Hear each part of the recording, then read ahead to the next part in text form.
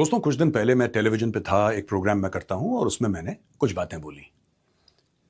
मैं उन बातों का जस्टिफिकेशन देने आपके सामने नहीं आया हूं, ना मैं अपनी किसी बात का जस्टिफिकेशन दूंगा।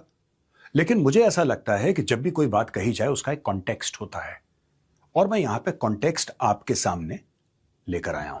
ये कॉन्टेक्स्ट समझिए कि जो मैंने बोला उसके पीछे कहानी क्या है, मैंने क्यों बोला ये मैं आपको नहीं बता रहा, मुझे पता है मैंने क्यों बोला। अब ये उसी प्रोग्राम की बात कर रहा है जिसमें पाकिस्तानी सहाफ़ी मोना आलम थी, जब ये कह रहा था कि मैं तो कहता हूँ 100 बम लेबनान पर मारो, 50 गज़ा पर मज़ीद मारो, वाइप आउट कर दो। और साथ ही ये कह रहा था कि इसराइल सका भाई है हमारा। उस पर जब भारत के अंदर ही आउटरेज आया, फिर उसके अलावा ईरान के एम्बेसी ने ट्वीट किया, इसे जलील किया गया, ये भारत के सोशल मीडिया पर गालियों के साथ ट्रेंड करता रहा 2 दिन। तो फिर ये ट्विटर पर अपनी एक वीडियो लेकर आया है, अपने यूट्यूब पर नहीं, क्योंकि जलील ये ट्विटर पर हुआ था तो उस पर इसने अपनी 36 मिनट की एक वीडियो लगाई और ये कह रहा है कि मैं एक्सप्लेन करने नहीं आया, एक्सप्लेनेशन देने नहीं आया, कॉन्टेक्स्ट समझाना है कि मैंने वो बात क्यों की। भाई तुम जो मर्जी है समझाओ, कर तो तुम एक्सप्लेन ही कर रहे हो कि तुमने वो बातें क्यों की। यानी लोगों के गुस्से की हीट तुम तक पहुंची है। इवन के भारत के अंदर से बड़े बड़े जर्नलिस्ट ने गालियां निकाली हैं इस बेशर्म को कि ये घटिया आदमी क्या बातें कर रहा है। तो इसकी बातें सुनते हैं, इस पर आगे से क्या जवाब आया वो भी मैं आपको बताता हूँ। और ईरान के फॉरेन मिनिस्टर को जब इसने गालियां बकी थी ना, अपने यूट्यूब चैनल पर पिग कहा था, तब भी इसकी कुछ बातें थीं जो मैंने आपको बतानी है, वो भी देखते हैं। ज़रा पहले इसकी बकवास थोड़ी सी सुन लेते हैं, ये क्या कुछ फरमा रहे हैं हमारे गोबर आर्या साहब। अब मैं आपको एक बात बताता हूं कि ये जो मैंने टेलीविजन पे बोला उससे ईरानियन कॉन्सुलेट ये बड़ा परेशान हो गया भाई, बहुत ज्यादा परेशान हो गए। उन्होंने ट्वीट ट्वीट करा। क्यों करा ट्वीट, मुझे एक बात समझ में नहीं आई। लोग कहते हैं कहने दीजिए, कोई भी कुछ कहता है कहने दीजिए, फ्रीडम ऑफ स्पीच है, कोई बात नहीं। आपके यहां नहीं है, ईरान में नहीं है, that's all right, that's okay. आपके फ्रीडम ऑफ स्पीच और freedom of action and freedom of public expression, इसके बारे में मैं बाद में आके बात करूंगा। लेकिन दोस्तों, आज मैं आपके सामने कुछ सबूत लाना चाहता हूं, और ये सबूत हैं तकरीबन 78 साल पुराने। मैंने बोला ना, context is important, justification is not important. कोई बहाना बनाए, अरे नहीं साहब मैंने तो ये बोला पर एक्चुअली मेरा मतलब ये था ना, ना, कॉन्टेक्स्ट इज इंपॉर्टेंट। तो ये बड़े अपसेट हो गए और फिर लोगों ने फेसबुक पे, ट्विटर पे ये वो दुनिया भर के वीडियोस बनाए। एंड ये असल चीज़ है। ईरान की बात पर ये ऑफेंड नहीं हुआ, ये अपने मुल्क में इसकी व्यूअरशिप जो कम हुई है उस पर थोड़ा सा इसे मिर्चें लगी हैं कि ये क्या कुछ हो रहा है। जो अपने ही लोगों ने इसे गालियां निकाली हैं ना कि तुम इसराइल के साथ, बेशक उसे अपना बाप मानो, मोदी मान कर आया है, लेकिन तुम जेनोसाइड को सपोर्ट कर रहे हो। कह रहे हो अपने मुंह से कि 100 बम लेबनान पर मजीद मारो, 50 बम गजा पर मजीद मारो। उनके हालात क्या है बेचारों के, तुम्हें शर्म नहीं है ये बात करते हुए? उसके बाद जब इसे गालियां पड़ी तो ये एक्सप्लेन करने आया कि मैंने क्यों क्यों कुछ कहा, लेकिन इस एक्सप्लेनेशन के बाद फिर से गालियां पड़ी। मेनी ऑफ देम मेड है, they say make hay while the sun shines, so many of them made hay. Some of them were well meaning although critical, उनको नहीं पता कॉन्टेक्स्ट। कुछ लोग ऐसे भी हैं जिनके पॉलिटिकल लीनिंग्स हैं, और अगर आप उनके फेसबुक पोस्ट में जाएंगे या उनके ट्विटर पे जाएंगे आपको पता लग जाएगा where are they coming from, right, and which political parties they support. And it's okay to support a political party, it's all right. आप किसी भी पॉलिटिकल पार्टी को सपोर्ट करें, वो आपका अधिकार है। लेकिन यार आप ट्रुथ को कलर ना करें because of your political inclinations, वो गलत हो जाता है। अच्छा, मुझे एक बात समझ में नहीं आई। बात हो रही है गजा की, मैं अपने टीवी क्लिप की बात कर रहा हूं। वो क्लिप मैंने यहां पे नहीं लगाई है because it belongs to the channel, it does not belong to me, and I have no business putting up somebody else's content, I will not do that. अब बात यह है ना कि मैंने बात करी किसकी, लेबनान की, मैंने बात करी गजा की, और मैंने जो बोला वो आप सबको पता है कि मैंने क्या बोला। इसमें ईरान को क्यों परेशानी हुई, मुझे एक बात समझ में नहीं आई। ईरान की जो रेजीम है, जो स्टेट है, उनका क्या मतलब है, मैं ये जानना चाहता हूं जेन्युइनली। आपका क्या लेना देना है लेबनान के साथ, आपका क्या लेना देना है गजा के साथ? यहाँ से इसके इंटेलेक्ट का लेवल चेक कीजिए कि ईरान का क्या लेना देना है लेबनान के साथ। ईरान ने स्टेट ऑफ हॉर्मुज़ खोलने की शर्त तभी मानी थी कि लेबनान में जंग बंदी होगी, और तुम्हें ये तक नहीं पता कि क्या रिश्ता है लेबनान का और ईरान का। खैर ये चवले मारता रहा है, मैं आपको जल्दी जल्दी कॉन्टेक्स्ट कर रहा है वो समझा देता हूँ। क्या इसने पहले ईरान को रगड़ा, कि ईरान अपने मुल्क में इतने इतने लोगों को मार रहा है, फलाना कर रहा है, टिमकाना कर रहा है, वहाँ पर जुल्म कर रहा है, 35,000 लोग मार दिए। इसकी एक मैं ट्वीट भी आपको दिखाऊंगा जिसमें भी ये झूठ बोतला पकड़ा गया है। फिर इसने उसके बाद इसराइल की तारीफें शुरू की। जब हमारे पास 1962 में चीन ने हमला किया, चीन घुस रहा था हमारे अंदर, हमें मार मूर के उसने चकरा कर रख दिया था, तब इसराइल ने हमारी मदद की थी।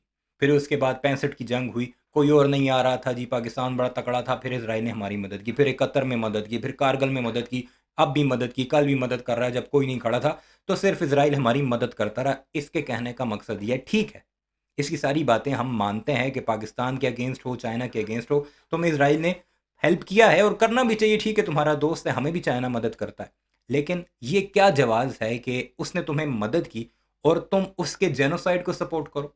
और इसी वजह से इस बेशरम को गालियां पड़ी भारत के अंदर से भी। खुद भारत के बड़े बड़े इंटेलेक्चुअल्स ने, जो वीडियोस तक नहीं बनाते, इसकी बात पर वीडियोस बनाकर इसे जलील किया, और कई तो मैं अपनी वीडियोस में आपको दिखा भी चुका हूं। लेकिन अब मैं आपको दिखाता हूं कि इसके इस वीडियो के बाद लोगों का क्या रिएक्शन है, वो ज़रा देखिएगा। उसमें एक ट्वीट में आपको सबसे पहले दिखाऊंगा जो बड़ी इंपॉर्टेंट है, जब इसने ईरान के अब्बास अरागची को ऑपरेशन सिंदूर के दौरान, जब वो इंडिया गए थे, तो गालियां निकाली थी अपने यूट्यूब चैनल पर। वो ज़रा देखिए, वो तो आपने वीडियो देखी हुई है। उसके बाद इसने जस्टिफिकेशन कैसे दी थी, जैसे अब जस्टिफाई कर रहा है ना, पहले भी इसने कोशिश की थी जस्टिफिकेशन देने की। वो क्या जस्टिफिकेशन थी, ये ट्वीट मुलाहिजा कीजिए। अब जब इसने गालियां दी तो ईरान इन इंडिया, यानी ईरान की जो एम्बेसी का ऑफिशियल सोशल मीडिया हैंडल है, उसने लिखा था, respect for guest has a long standing tradition in Iranian culture, we Iranian consider our guest to be beloved by God, how about you. यानी ये चपेड़ मारी थी कि हमारे ईरानी कल्चर में गेस्ट जो होता है उसकी रिस्पेक्ट करना बहुत बड़ा समझा जाता है, बहुत बड़ा मकाम है गेस्ट का। हम ईरानियन अपने मेहमानों को खुदा का महबूब समझते हैं। तुम जरा अपना बताओ, तुम क्या समझते हो। नीचे उन्होंने वो वीडियो लगाई थी जिसपे ये पिग लिख रहा है अब्बास अरागची को। ये ईरान की एम्बेसी ने लानत भेजी थी इसे। इसका उसने जवाब क्या दिया था, ये बड़ा इंपॉर्टेंट है। गोबर आर्य लिखता है अपने ऑफिशियल अकाउंट पर, वी इन इंडिया से guest is God, the world swears by our hospitality. हम भगवान कहते हैं अपने मेहमान को, और दुनिया को हमारी हॉस्पिटैलिटी का पता है। हमें पता है जो लड़कियां आती हैं उनके साथ तुम रेप्स करते हो, हमें बड़े अच्छे तरीके से पता है। But Iran supplies weapon to Pakistan, the same weapons that kill innocent Indians. कि ईरान हथियार फराहम करता है पाकिस्तान को। कौन सा ऐसा हथियार है जो हम पाकिस्तान ईरान से खरीदते हैं, जरा गोबर आ रही है वो भी थोड़ा सा लिख देते। यानी झूठ बोला इसने अपनी बात को जस्टिफाई करने के लिए, अपनी लोकल ऑडियंस के लिए, कि पाकिस्तान को ईरान हथियार फराहम करता है। You support Pakistani terrorism in Kashmir, you actively fund Hamas, Hezbollah and half of dozen terror outfit in the world.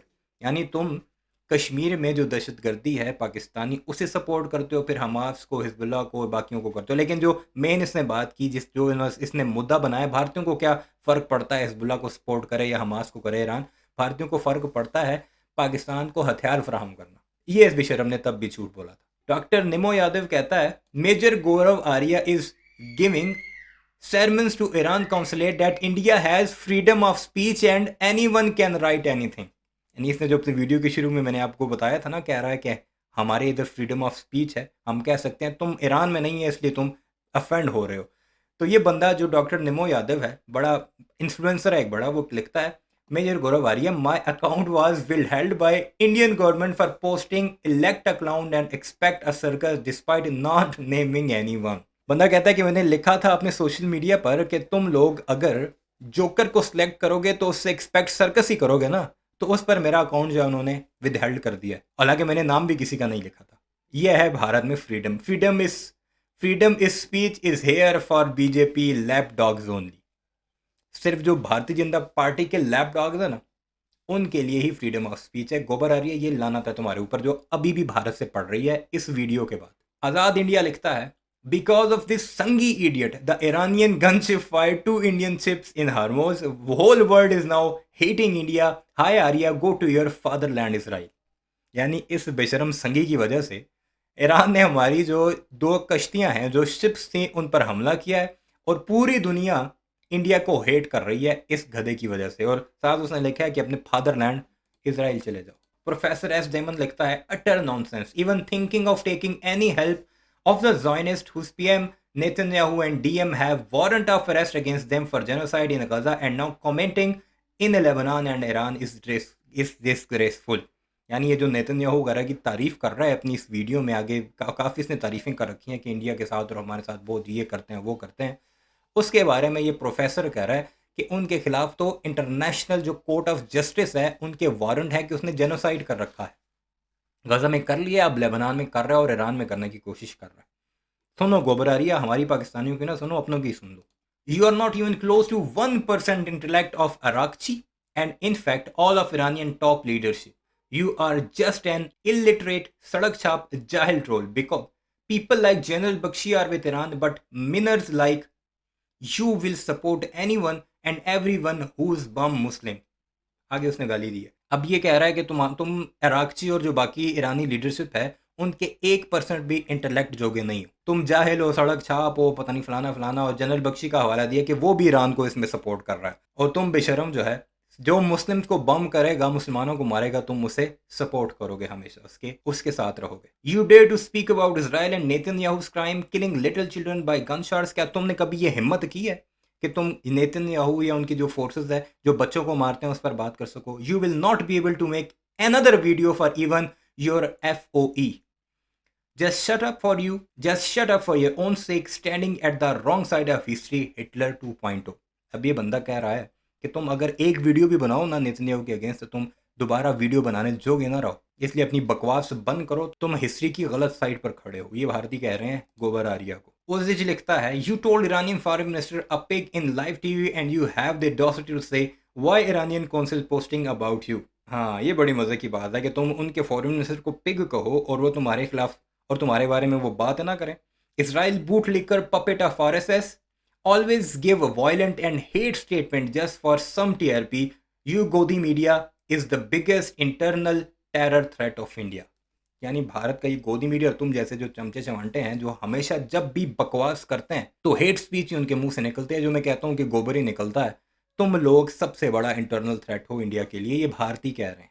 Pakistani कोई भी कमेंट आपको मैं नहीं दिखाऊंगा। अब रिसोली, ये इसका कोई चमचा है, वो लिखता है, brother is forced to give explanation in India, this is their victory, mullah has taken over India. यानी इसे फोर्स किया गया है कि आके जस्टिफिकेशन दो, एक्सप्लेन करो जो तुमने बकवास की थी। मुल्लाओं ने ये सब कुछ किया है क्योंकि मुल्लाओं ने पूरा इंडिया टेक ओवर कर रखा है। There is no doubt it doesn't take a scholar to guess what their next move will be. India, Hindi, Christian and Sikhs can't live with mullahs and they will divide again. मुसलमानों को फिर बकवास।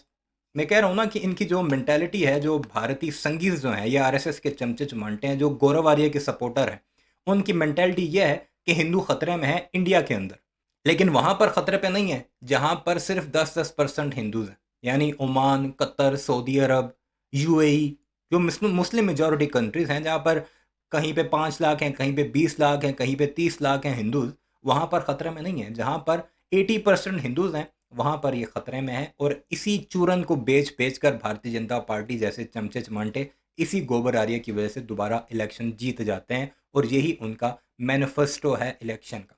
बहरहाल, इस सारे मामले पर आपकी क्या राय है? गोबर आर्य ने एक्सप्लेन किया है, वो वीडियो देखनी है आप तो उसके ट्विटर पर जाकर देख लें, यूट्यूब पर मेरे ख्याल में नहीं उसने अपलोड की। अपनी राय का इज़हार भी ज़रूर कीजिएगा। चैनल को सब्सक्राइब नहीं किया तो ऐसे वीडियोस के लिए उसे भी ज़रूर सब्सक्राइब कीजिएगा।